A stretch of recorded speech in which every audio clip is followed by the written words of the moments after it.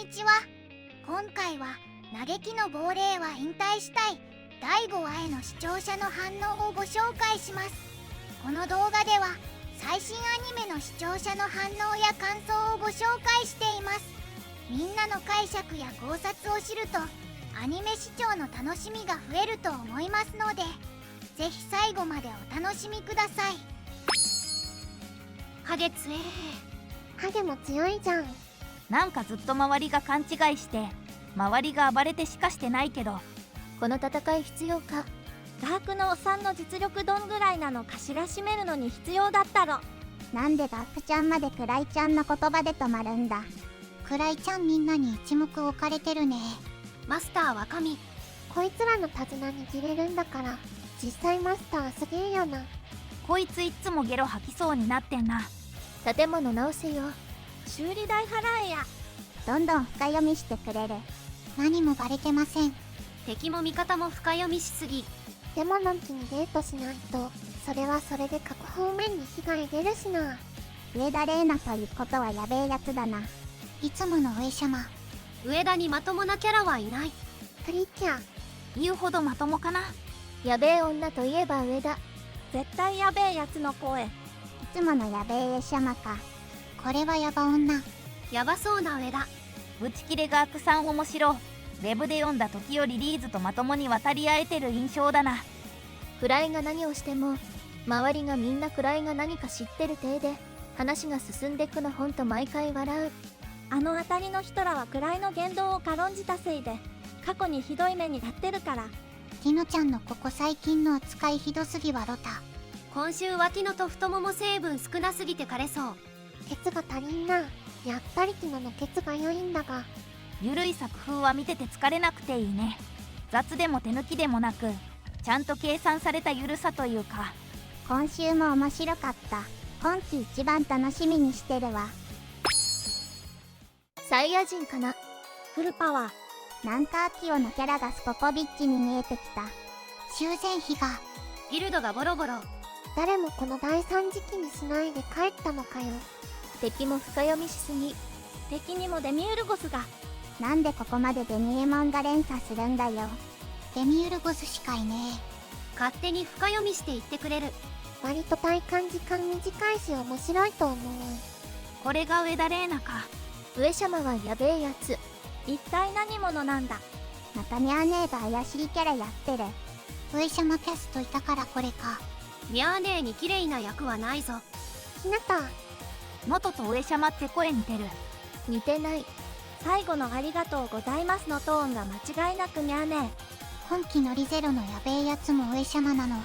最近綺麗な上様しか見てないから新鮮だわ。嘆きの亡霊やっぱ面白いな。コミカライズも当たりの方だし。耳にアクセサリーつけてる主人公珍しいよな。ティノ出さなくて大丈夫なのかこのアニメ。ティノも原作ではただの脇役だったのにコミカライズで出番増やしまくった。新米予算のアンジェリカみたいにご利用しすべきだな。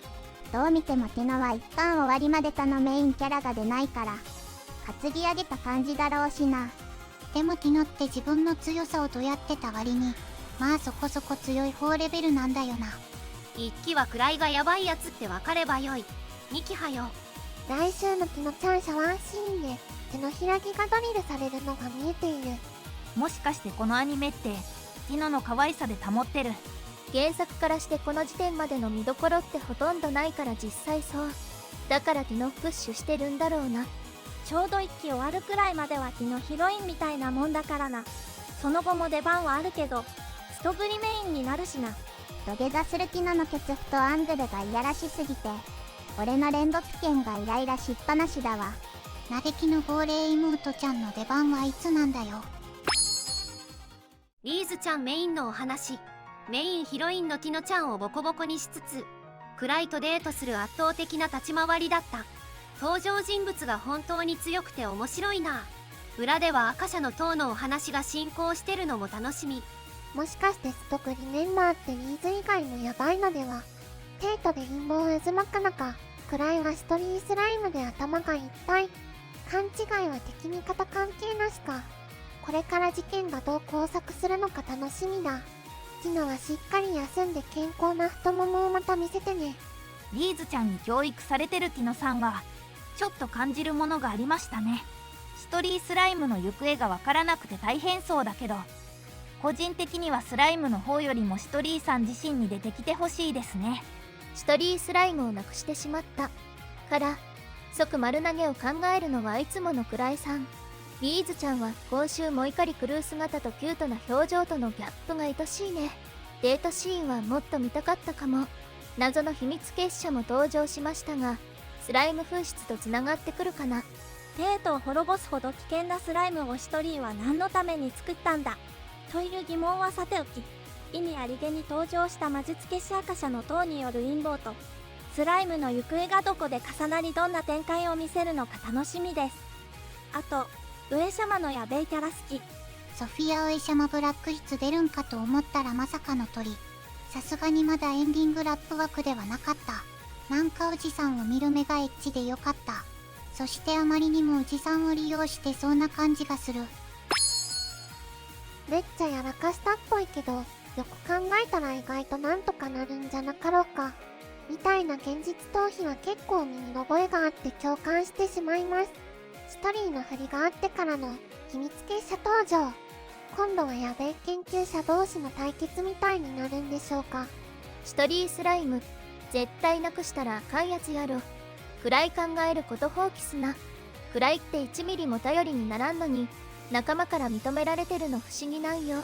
相変わらずリーズちゃんのぶっ飛び具合恐ろしいな。不穏な一味出てきたな。早く続きみたい。引き続きリーズ界ティノに代わって太もも要員でした。とはいえヤバいスライムが不安要素で暗いのいが心配。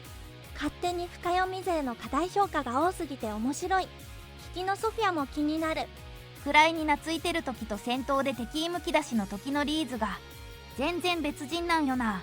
まあどっちも可愛いからよし。笑い。逃がしたスライムは見つからないわ、謎の組織から狙われてるわで前途多難なくらい。近いうちに他人任せ&楽観視のツケが回ってきそうな気がする。笑い。戦闘になると強靭化するリーズもデートとなると一気に乙女。この辺りのギャップは激しいですね。でも赤社の塔にヤバめなスライム、これらが一つになりてーとの危機、そんな事態になりそうな雰囲気ですな。今回は嵐の前の静けさか。本人の知らないとこでまた新たな伝説になりつつありそう。しかも気づかないで逃がしちゃった敵までも深読みに深読みを重ねてビビりまくるという。マスター、ここまで来ると一周回って逆に強行運体質なんじゃねえかとも思う。次の問題はどう切り抜けるかな。最後までご視聴いただきありがとうございました。皆さんのご感想や注目ポイント、考察などありましたらコメントで教えていただけると嬉しいです。このチャンネルでは最新アニメのみんなの反応や感想をご紹介しています。